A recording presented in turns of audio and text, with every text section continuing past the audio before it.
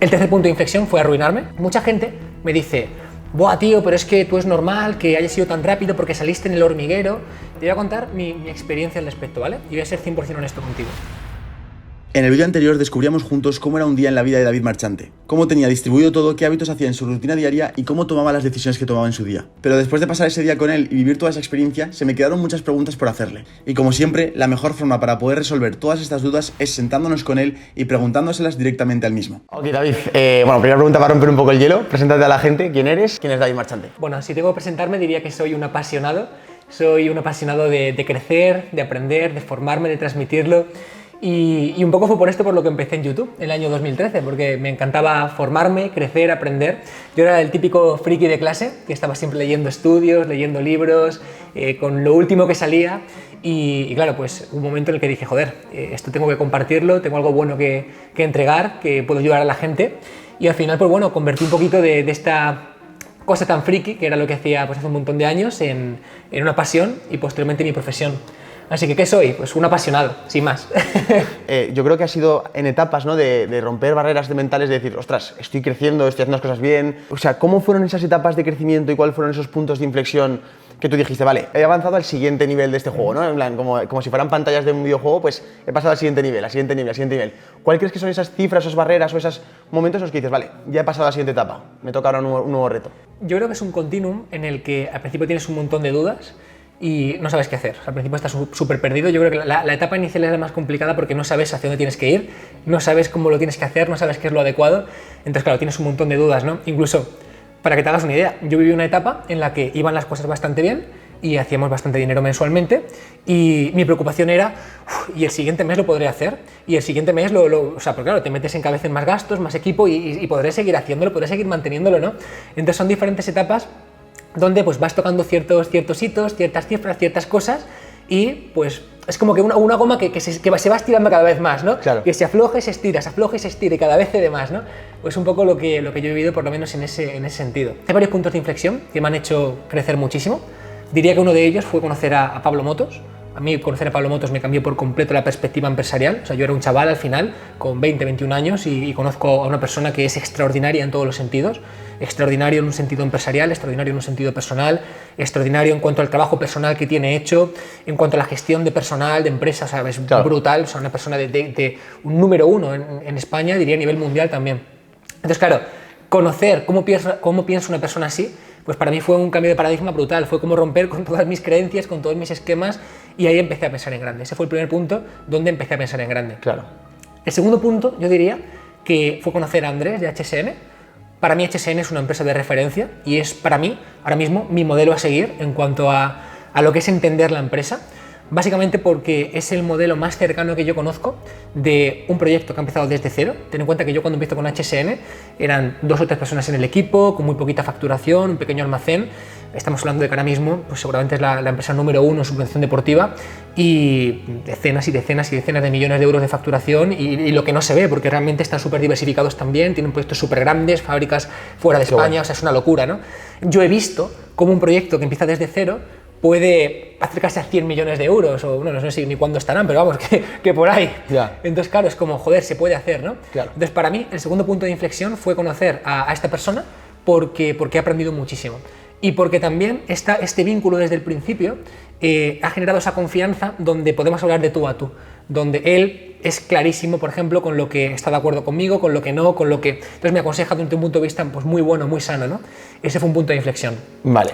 El tercer punto de inflexión fue arruinarme. Vale, con el centro, ¿no? Con el centro. Claro. O sea, ese punto de inflexión fue brutal, básicamente porque ahí descubrí que cuando tienes un problema de 10.000 euros, piensas en 10.000 euros. Cuando tienes un problema de 100.000 euros, piensas en 100.000 euros. Pero cuando tienes un problema de más de 1 millón de euros, tu mente cambia y se expande a facturar más de 1 millón de euros.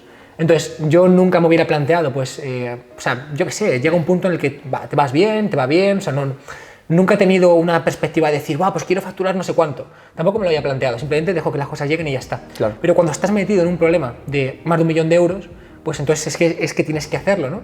Ese fue un punto de inflexión porque realmente, o sea, mi mente ya empezó a pensar en muy grande. Claro. Ya no es voy a montar proyectitos y a ver qué pasa, voy a montar proyectos y a ver qué tal, sino, no, el siguiente proyecto tiene que ser un proyecto de más de 1 millón de euros y el siguiente proyecto un proyecto de más de 1 millón de euros. O sea, es ya no es, o sea, cambia tu forma de ver las cosas. ¿Cómo saliste de ese bache, tío, del centro? Porque supongo que sea un momento muy duro para ti personal. ¿Cómo solucionas un problema de 1 millón de euros? Hicimos un primer lanzamiento, ahora está como muy de moda, ¿no? Hacer lanzamientos en el mundo digital, infoproductos, pues yo creo que seguramente hicimos el primero, o de los primeros, que se hacían en España, por lo menos en el mundo del fitness seguro. Agradecí mucho el ya tener ciertos conocimientos de marketing, el tener ciertos conocimientos ya un poquito de cómo funcionaba, el tener buenos contactos, es lo que nos pudo salvar el culo en esa situación. Y eso fue otro clic, decir, ostras, es que todo lo que venía haciendo hasta ahora no es lo que me hacía estar en el siguiente punto, ¿no? Claro, en ese momento yo tenía todavía un montón de resistencias y un montón de creencias al respecto al dinero, respecto a lo que era vender, respecto a cómo se lo iba a tomar la comunidad, respecto a... Claro, al final estás abriendo camino y no sabes muy bien cómo hacerlo. Pero desde luego eso fue un punto de decir, vale, todo lo que venía haciendo hasta ahora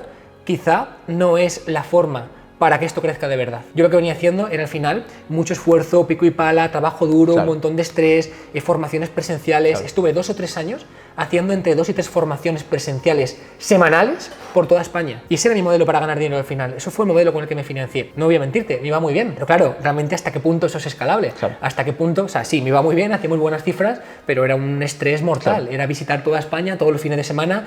Y bueno, pues ahí conocí a gente como Alae, por ejemplo, en diferentes formaciones y a un montón de personas, que fue brutal, pero a costa de morir prácticamente. Total, tío. Y perdón por interrumpir, simplemente hago un breve inciso aquí, y es que, como dije en el anterior vídeo con David, todos los que queréis aprender a mejorar vuestra velocidad de lectura y vuestra capacidad de aprendizaje, tenéis un curso en el que multiplicas por 4 tu velocidad de lectura aquí abajo en el primer link de la descripción. Normalmente está a 197, pero hoy, aquí, durante 24 horas, está a 11 euros. Así que si quieres aprovechar esta oportunidad, solo va a durar 24 horas desde que se ha publicado este vídeo, así que te dejo el link abajo. Hubo un momento en el que superaste esa barrera mental del 1 millón de euros. Entonces, quiero que me cuentes a qué edad lo superaste esa barrera y cómo te sentiste, porque yo creo que es una barrera que a lo mejor mucha gente que está viendo este vídeo la tiene, o que la ves súper lejos, pero que en algún momento, si haces las cosas bien, llega, ¿no? ¿Qué se siente cuando llegas en ese momento y en qué edad tú lo viviste? Vale, o sea, esta es la típica pregunta, ¿no?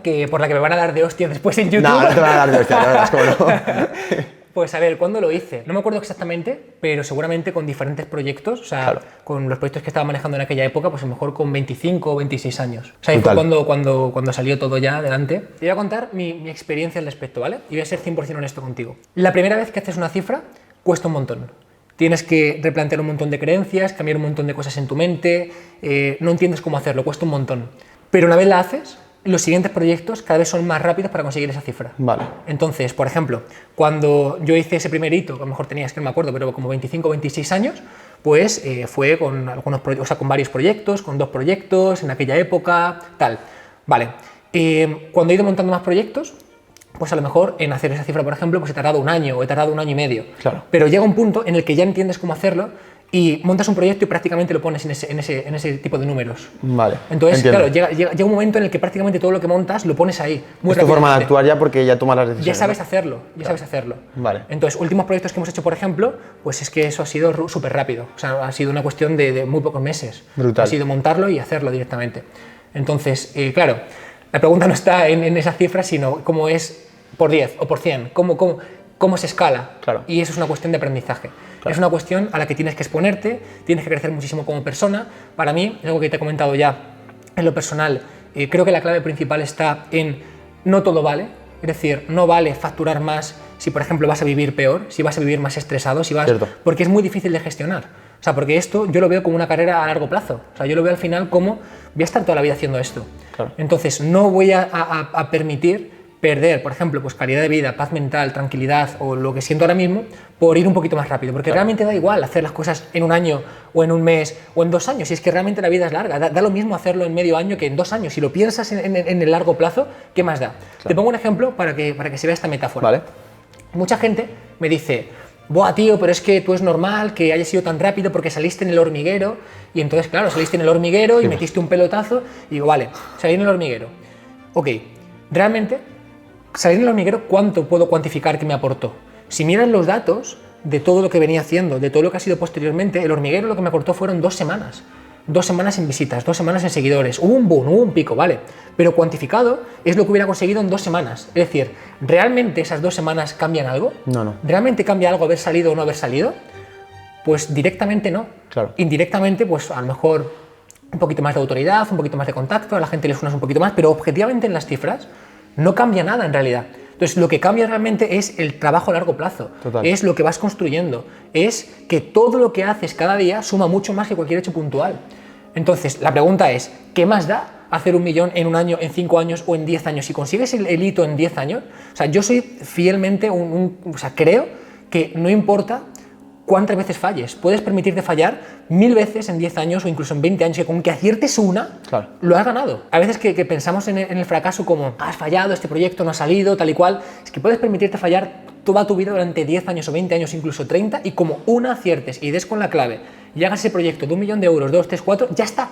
Porque ya has aprendido, ya tienes capital, ya tienes los contactos, ya has empezado a rodar la rueda. No creo que importe tanto cuántas veces aciertas, sino que una vez que aciertes muy bien. Tú ahora viendo la posteriori, ¿qué crees que te costó más? ¿Llegar a los primeros 100.000 o llegar al millón? Es decir, esto es como con los suscriptores de YouTube, ¿no? ¿Qué es más difícil, llegar a 100.000 suscriptores o a 1 millón de suscriptores? ¿Sabes qué pasa, tío? No sé contestar esa pregunta, no lo sé, pero sí que te quiero compartir un aprendizaje al respecto. Vale. Y es que cada vez que he tenido que dar un salto muy grande en las cifras que he conseguido, lo que creo que dar saltos grandes es más un proceso de deconstrucción que de construcción. Es más un proceso de romper con lo que venías haciendo que de crear más cosas. Te pongo un ejemplo. Mucha gente, por ejemplo, alcanza sus primeros 10.000 euros de facturación, que es brutal, o sea, ya está, eso te llena de alegría, de euforia, es increíble, y wow, qué pasada, ¿no? La movida está en que las personas pensamos que pasar de 10.000 a 100.000 es hacer lo que te hizo hacer 10.000 muchas veces, ¿no? Es, vale, pues si he conseguido 10.000, pues entonces si lo hago por 10 o lo hago más veces, consigo 100.000. Claro, y eso es un pensamiento muy lineal. Es, si esto que me ha hecho ganar esto lo hago más, consigo lo otro. Y hasta cierto punto es verdad, que es la movida. O sea, el problema está en que hasta cierto punto es cierto. Lo que pasa es que eso enseña a los emprendedores inconscientemente a más esfuerzo, más sacrificio, más tesón, más de lo mismo, más sacrificio. Claro. Y lo peor es que te da resultados. Entonces, la cuestión está en cómo convences a un emprendedor que ha hecho lo mismo por 10, claro, con por 10 estrés y encima lo ha conseguido, de que no es el camino para hacer otro por 10. Claro. Entonces, la cuestión está, o por lo menos el aprendizaje que yo me llevo de todo esto, es que dar saltos de por 10 en tu facturación, o en tus números, o en lo que sea, no es tanto un proceso de hacer más de lo mismo, sino de tener los huevos de romper todo lo anterior. Total. Tener los huevos de decir, vale, es entender, asumir, sentir que todo lo que me ha hecho hacer 10 no es lo que me va a hacer 100, y romperlo, desapegarte de ello. Y asumir que eso implica pues, dejar atrás a personas, dejar atrás proyectos, romper proyectos, dejar de prestar atención a cosas que para ti eran importantes en aquel momento, como YouTube. Es más un proceso de deconstrucción y de poner el foco en otras cosas y otras formas de hacerlo que otra cosa. Y cuando llegas a esa cifra, a 100, entonces te das cuenta de que hacer más de 100 no es lo que te hace hacer 1 millón. Claro. ¿Por qué? Porque tu cabeza tiene que cambiar. Y te das cuenta de que cuando haces 1 millón, hacer 10 no es hacer más de 1 millón, tu cabeza tiene que cambiar. Por ejemplo, el salto más grande que por lo menos yo he visto de los 100 al millón a más de 1 millón es el control. Es el control. Cuando tú haces de 10 a 100.000 euros, tú lo que tienes es una necesidad brutal de control. Y todo tiene que pasar por ti. Y tú eres súper minucioso y súper perfeccionista. Y si contratas a una persona, controlas exactamente qué es lo que hace. Control, control, control. Aprendes a controlar. Pero ¿qué es lo que pasa? Que llegado a un cierto momento, o sea, te pongo la situación en la que yo estoy ahora mismo. Ahora mismo nosotros, solamente en nómina, pues a lo mejor somos como 60 personas y en total 100. Claro. O sea, me refiero, pues entre... No puede pasar todo por ti. Entre freelance, claro, entre colaboradores externos, pues somos 100 personas, no es ni cuántas. O sea, mucha gente. ¿Qué es lo que pasa? Que hay un momento en el que lo que tienes que romper es el control. Hay un momento en el que hacer más de eso no es controlar porque mueres, es rendirte. Es asumir que muchas de las cosas que están ocurriendo no tienes ni puta idea. Es asumir que el que tú hagas un trabajo y no sea como yo lo he querido hacer, puede que esté bien también. Es permitirte que se hagan cosas no como tú las harías, sino que se hagan. Entonces, bueno, claro, eso es que te explota la cabeza. es un cambio de chip que hay que hacer, claro. Claro. Entonces, ¿y cómo se pasa de 10 a 100 millones? Ni idea. Claro. Pero seguramente no de la forma en la que yo he aprendido a hacerlo ahora mismo. Claro. Habría que pues, juntarte con la gente que ha aprendido a hacerlo, replantearme lo que he creído hasta ahora, destruir muchas de las cosas que ahora creo que son sólidas y que me han hecho llegar hasta aquí y romperlas y desapegarme de ellas para permitir otro crecimiento. Claro. Mira, hay una metáfora muy buena que me puso Andrés de HSN, que quiero compartirla contigo, Perfecto, con todos tío. los que nos están escuchando. Andrés tiene unas instalaciones increíbles, tiene fábricas, tiene almacenes, una brutalidad, una brutalidad. Yo no quiero saber ni lo que he invertido ahí, pero muchísimo, o sea, exagerado. Y entonces, un día, me dice, mira, David, qué terreno me he comprado, un terreno de como 60.000 metros cuadrados, una barbaridad, ¿no? Y le digo, pero esto es un terreno vacío, o sea, ¿qué vas a hacer con esto? O sea, quiero decir, ¿vas a poner todo ahí? Y me dice, sí, sí, o sea, yo voy a montar todo aquí. Y digo, vale, ¿y todo esto que has montado, qué pasa con ello? O sea, porque está todo precioso, tú imagínate, unas oficinas guapísimas, claro, un almacén increíble. Y entonces me dice, ¿todo esto? Pues soltarlo, pues dejarlo. Y le digo, pero hostia, ¿vas a dejar toda esta inversión para irte a ese sitio? Y entonces me dice, claro, o sea, tú cuando tienes un Mercedes y te quieres comprar un Lamborghini, ¿qué haces con el Mercedes? ¿Lo guardas? Dejas de usarlo, claro. No, lo entregas, lo vendes, te desprendes de ello. ¿Por qué? Porque tienes algo mucho mejor, ¿no? Pues esto es lo mismo, ¿no? Es como en plan, destruir todo lo anterior a pesar de que tengas cierto apego a ello, porque lo que viene es mucho mejor. Y eso es un proceso que tienes que, o sea, que aunque yo lo explique, tienes que vivirlo y tienes que interiorizarlo y no es fácil. Y para mí es un gran aprendizaje, ¿no? El asumir que seguramente todo lo que he hecho para estar donde estoy, en cierta parte tengas que cargártelo para ir a otro sitio. Y eso es muy duro porque al final, claro, cuando no tienes resultados, pues bueno, es muy fácil cargarte cosas cuando no hay resultados, pero claro, cargarte cosas cuando las cosas funcionan, eso no es tan sencillo. Eso requiere muchos huevos, pero es lo que hay que hacer para estar dispuesto a crecer. Aparte de eso, de esa pasión que te dedicas, tú has generado un emprendimiento alrededor de esa pasión, que yo creo que es lo más bonito de todo esto, que es un poco poder dedicarte a lo que te gusta. ¿Cuándo fue el inicio en tu camino como emprendedor? ¿Y por qué te decidiste tomar ese camino que a lo mejor para la gente le puede parecer más arriesgado? Como emprendedor he vivido varias etapas muy curiosas, porque el primer emprendimiento no lo hice con YouTube. Yo ya era emprendedor de mucho antes, lo que pasa es que no lo sabía. Ah, mira. Porque, por ejemplo, yo recuerdo, antes de entrar en bachiller, en cuarto de la ESO, entre cuarto y primero de la ESO, que ya monté pues, una pequeña tienda donde importábamos desde China, le ofrecíamos a pequeños distribuidores aquí en Madrid, en España. Y no lo hice simplemente como un emprendimiento, sino porque, yo qué sé, me apetecía, lo vi como una oportunidad, me divertía, lo hacía con un amigo, era divertido. Y eso fue pues con 16, 17 años. Ah, qué guay. O sea, mientras estabas estudiando estabas haciendo ese proyecto. Sí, sí. Vale, vale. Después lo dejé por el bachiller, era como que no me daba la vida para hacerlo todo, pero siendo realista, eso fue como el primer emprendimiento que hice. Lo que pasa es que nunca lo englobé como un emprendimiento. O sea, en mi cabeza pues era, pues bueno, hago movidas, está bien, pero no era como, soy un emprendedor como se ve ahora, ¿no? Simplemente es que ni lo conocía, ¿no? Y entonces el tren bueno que pasó fue cuando empezaste ya con Power Explosive, el Sí, canal de YouTube. sí. Y ya a partir de ahí, ¿cómo fue? ¿Se fueron abriendo nuevas oportunidades que fuiste aprovechando o cómo, Sí, cómo o sea, fue mi eso? primer emprendimiento de verdad, donde yo he sido consciente de emprender, de empezar a montar empresas y demás, fue con Power Explosive, fue con el canal de YouTube en 2013, pero tengo que decir que al principio yo no lo veía como un emprendimiento, o sea, yo empecé simplemente porque sabía que tenía algo bueno que aportar, me apetecía aportarlo, y de hecho al principio me daba vergüenza aportar información, me tapaba la cara con un círculo negro, no quería que la gente me reconociera, imagínate, o sea que no es lo típico de, pues llego, me expongo, que la gente me conozca, no, es que no quería que me conocieran, de hecho. Aparte YouTube estaba recién nacido casi, Claro, ¿no? ahí Claro. había gamers, estaba Claro. la gente jugando a videojuegos, pero realmente gente aportando información no había. Claro. Entonces tampoco sabía qué es lo que tenía que hacer. Es la cuestión, que ahora mismo pues entras en redes y es muy sencillo, pues sabes más Claro. o menos qué paso seguir, cómo hacerlo, pero claro, en aquella no tenía ni idea. Entonces, al principio, cuando empecé con el canal, no lo veía como un emprendimiento, ni siquiera como una empresa, ni siquiera tenía la confianza de que en un futuro pudiera vivir de ello, te lo digo honestamente. Lo que pasa es que pues vas rodando, vas aprendiendo, vas conociendo a gente, vas abriendo puertas, vas conociendo más personas, vas empezando a diversificar y tardé tiempo en empezar a rentabilizarlo. O sea, sí que es verdad que desde un principio pues iba haciendo un poquito de dinero, se iba haciendo, pero a rentabilizarlo como tal y hacer un proyecto sólido que empezara a crecer, pues yo calculo que se empezó en 2013, a partir del 2015-16. O sea, Claro, son 3 años después. Sí, bastantes años. Después de 9 años, ¿qué pinta tiene Power Explosive y cuánta gente sois en el equipo? Porque sé que sois un montón detrás de todo este proyecto y toda esta pasión. Bueno, pues realmente Power Explosive no es solamente Power Explosive, sino que realmente somos un holding empresarial, es decir, somos Vale. un grupo empresarial y hay pues muchas empresas que nos dan soporte a nosotros y además pues que hemos diversificado y damos soporte a otros. O sea, Power Explosive es digamos como lo que nació centralmente, Vale. pero ahora mismo ni siquiera creo que es el proyecto más grande, fíjate.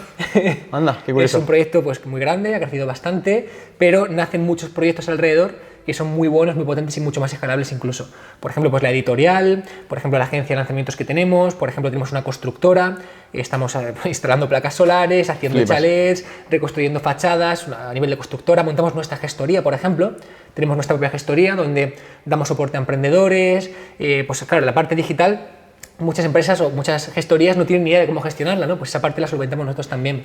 Y pues muchos más proyectos, ¿no? Desde la formación, máster universitario, que han ido creciendo alrededor de esta burbuja que se empezó, pero que ya incluso muchos de los proyectos que hemos lanzado a posteriori son más grandes que Power Explosive. Vale. Entonces, para mí Power Explosive es como decirte, mi niño, o sea, es como soy yo al fin y al cabo, es mi marca personal. Claro. pero después hay pues muchas empresas participadas, muchas inversiones en startups, empresas que han crecido mucho y, por ejemplo, pues otros proyectos, como por ejemplo la constructora, que básicamente pues la hicimos también para dar soporte a muchas de las cosas que hacíamos. Por ejemplo, el plató de televisión que hemos montado lo hicimos con la constructora, el huerto solar que hemos montado hace poquito lo hemos hecho, o sea, al final es qué necesidades tengo, qué vamos construyendo, que nos da soporte a nosotros y puede dar soporte a otras personas. Y Qué eso guay. es lo que hemos...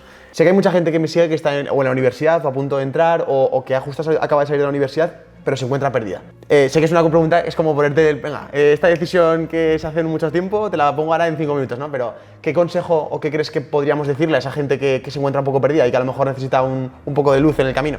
Mira, yo creo que la claridad te la tienes que ganar. La claridad no aparece porque sí. La claridad y tener el camino decidido en tu vida no aparece un día que te levantas y lo descubres, no. Somos muy malos reflexionando sobre la claridad, pero somos muy buenos en la acción. Entonces, yo, la metáfora que veo con esto es una pelota de nieve gigante al borde de un precipicio. La única forma de que esa pelota ruede es hacer un montón de esfuerzo por moverla. La mueves, mueves un montón de esfuerzo, muchísimo, y de repente la mueves 1 centímetro. Y cuando se mueve 1 centímetro, automáticamente coge un poquito de nieve y se mueve 2 centímetros. Y se mueve 3, 4, 5, 6, 7 y empieza a rodar. Y cuando la bola empieza a rodar, entonces tienes que la dejas de empujar. Cuando la bola empieza a rodar, es entonces cuando de repente hay un bache y la bola salta, y salta un tronco. Es cuando hay una bifurcación y de repente la bola coge una piedra y se cambia de camino. O sea, cuando la bola ya tiene inercia, ya la vida te lleva hacia donde tienes que ir. Entonces, ¿qué es lo que pasa? Que yo creo que lo que le diría a una persona, o lo que le diría al David de hace un montón de años cuando estaba en la universidad, es que actúe. Que deje de pensar en qué hacer y que actúe. Y actuar es en cualquier dirección al principio. Es mueve la pelota, que ya la vida te va a ir diciendo hacia dónde vas. Qué guay. Participa en cosas benéficas. Participa, por ejemplo, en fundaciones para ayudar a personas con discapacidad. Yo lo hice durante un montón de años. Ahí conocí a gente que al final me abrió puertas. Haz cosas, porque nunca sabes a quién vas a conocer, a quién vas a aprender, qué proyecto va a empezar, a qué fiesta te van a invitar. No sabes, pero lo tienes que descubrir empujando la pelota. Entonces, no busques tanto la claridad y tener súper claro de qué hacer con tu vida, porque yo, con 30 años recién cumplidos que tengo ahora mismo, no sé qué va a ser de mi vida, no tengo ni puta idea. Cuando yo empecé un canal de YouTube en el año 2013, en mis mejores sueños, pensé en montar una editorial, por ejemplo. Claro. En montar una agencia de marketing, no tenía ni idea. Y no sé qué es lo siguiente, no sé cuál es el siguiente proyecto, pero sé 2 cosas. Uno, que no voy a parar de descubrir qué es lo que me pone la vida por delante para ver a dónde voy. Y en segundo lugar, que no voy a dejar de cargar la mochila de herramientas, de experiencias, de aprendizajes, para que cuando esa oportunidad aparezca, con lo que sea, con ese proyecto gigante, primero, sepa detectar la oportunidad porque estoy preparado para ello y me he formado para ello. Y en segundo lugar, esté preparado para coger la oportunidad. Entonces, acciona y no dejes de aprender, no dejes de adquirir habilidades. Para mí, lo más importante es en cómo te desarrollas como persona y que adquieras habilidades. O sea, por ejemplo, da igual que tengas una buena idea, que si al final no eres una persona que tenga unas buenas funciones ejecutivas trabajadas en el cerebro, no eres una persona resolutiva, no eres una persona que sepa transmitir tus ideas, no eres un buen comunicador, no eres una persona que sepa un poquito de tecnología, no eres una persona que pueda trabajar con relaciones interpersonales, gestionar equipo, que sepa un poquito de inversión, de economía. Si no tienes todo eso, es muy complicado que la idea funcione. Yo cuando invierto, por ejemplo, en una empresa o una startup, a mí la idea me importa una puta mierda, porque las ideas hay miles y están por todos los lados. Lo que importa es la persona que la sepa ejecutar. Entonces, al final, tú cuando inviertes en un proyecto es porque hay una persona que es una bestia, hay una persona que sabes que haga lo que haga lo va a sacar. Y esa persona yo creo es la que tienes que convertirte. Muévete en cualquier dirección, aunque parezca absurdo. Yo trabajé muchísimos años como voluntario con personas con discapacidad. Y era simplemente porque no sé qué es lo que tengo que hacer con mi vida, pero sé que aquí soy útil. Y eso, al final, me hizo aprender muchísimo.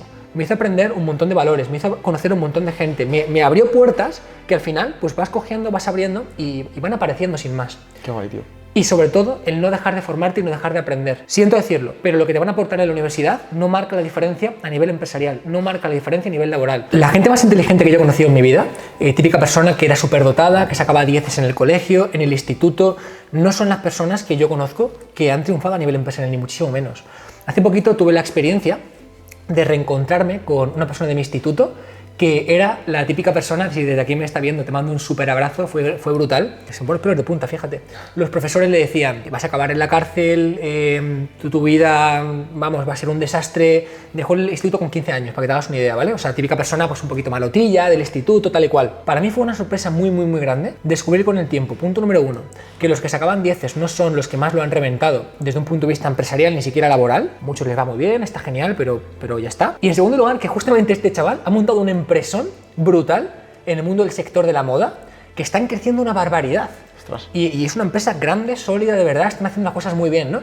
Y fue para mí como un choque de realidad de decir, punto número 1, nunca prejuzgues la actitud de una persona, nunca prejuzgues qué puede ser de una persona, porque incluso quien piensas que va a acabar muy mal, puede ser quien realmente termine muy, muy, muy bien. Y al contrario, no des por hecho que por ser muy inteligente, por sacar muy buenas notas, te va a ir bien y tienes un futuro asegurado, porque no tiene nada que ver. Porque hay mucha gente que es igual que tú, hay mucha gente que saca buenas notas, hay mucha gente, no es el valor diferencial. Creo que el valor diferencial está en mucho más allá. Y está en quién te conviertes más allá de lo profesional, más allá de los estudios, en lo transversal. Comunicación, capacidad de venta, marketing, de inversión, relaciones personales, negociación, visión a largo plazo, ser resolutivo, ser productivo, tu capacidad de foco, de concentración. Creo que ahora mismo uno de los valores más importantes que tiene un emprendedor es su foco, su concentración. Creo que muy pocas personas saben realmente sacarle partido a su tiempo. O sea, conozco a muy poca gente que se siente delante de un libro y sea capaz de estar una hora sin levantarse, sin distraerse. Muy poca gente. Y eso es un problema, porque la innovación nace de la concentración, nace del foco, nace de la experiencia de fluir, nace del flow, nace realmente de cuando tienes esa experiencia inmersiva que estás con todos los sentidos, claro, y eres capaz de conectar los puntos, y muy poca gente es capaz de hacerlo. Coño, pues a lo mejor eso es lo que hay que empezar a trabajar, no sacar mejores notas. Pues nada, David, no te voy a quitar más tiempo. Muchísimas gracias por tenerme este día contigo, me lo he pasado genial. Y bueno, la gente que quiera saber más acerca de David, os dejaré sus redes sociales aquí abajo en la descripción. También lo mismo, la editorial, los libros, todo tenéis en la descripción. Y también tendréis, pues si queréis saber más acerca de la formación de lectura rápida, también os dejaré un link en la descripción para que podáis aprender de todo esto. Y poco más, David, tío, espero que hayas estado a gusto en mi canal y espero tenerte pronto por aquí. Encantado, tío. Muchísimas gracias, mando un abrazo muy, muy grande. Nos vemos. Adiós.